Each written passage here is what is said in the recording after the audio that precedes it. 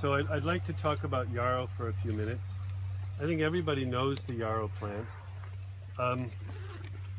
It's a simple umbel, and it's clearly identified by the compound umbel and the leaves, which are finely cut, many cuts per leaf. And so the name, the Latin name, Achillea millefolium, tells two things about it.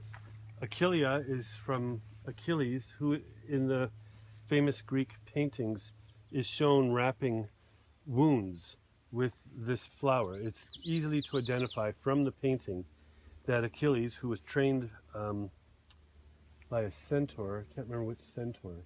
Chiron? Who? Chiron? Was it? All right, so Chiron taught Achilles medicine. If you go to the history of medicine in the world, all the first teachers were either gods, demigods, or rishis. You know, like a lot of medicine came to us fixed, ready to go. Chinese medicine didn't evolve. It's with the Yellow Emperor. It came from the gods. In India, Ayurveda came from the rishis, the gods who lived in the demigods who lived in the mountains, and then the Greeks got it from the gods and the Egyptians. So Achilles was taught that this would staunch a wound. This would stop bleeding.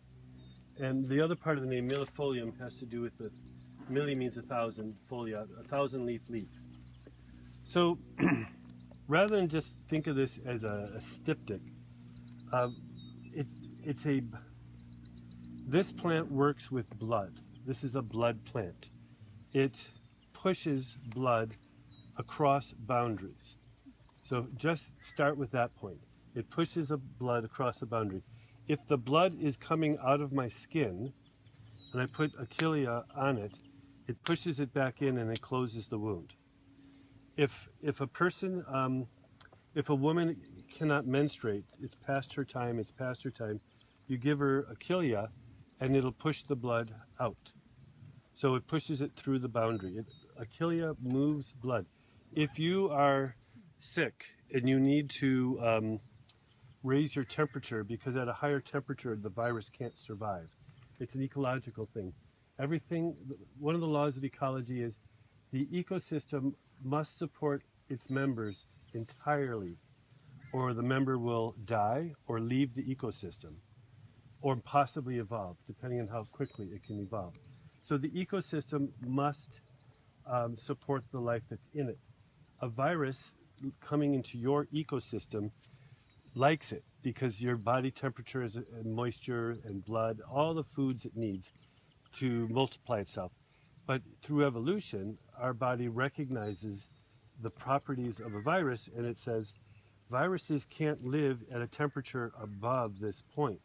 So your normal body temperature fluctuates just a few degrees every day, but if you get a fever, it goes way up, and the virus can't live in that ecosystem, it dies. So we've evolved that memory to do that. If you use yarrow, what it does is the blood first gathers in your core, heats up your heart and your liver, your organs, and then it pushes the blood to the periphery. So we call it a peripheral vasodilator. It opens up the blood vessels on the periphery of your body and you sweat. All your hot blood comes out to the edge, and then your pores open up from the essential oils, which are, these little sweaties. Your pores open up and you sweat, your body temperature goes down. So this is an energy control system of inducing a fever to raise the temperature, which is very costly. You're stoking the oven to get your temperature up. You get it to a high point, the virus dies, then you perspire, your temperature goes down. If you hold a high fever for a long time, you just can't stoke the oven that much. It draws too much energy from you.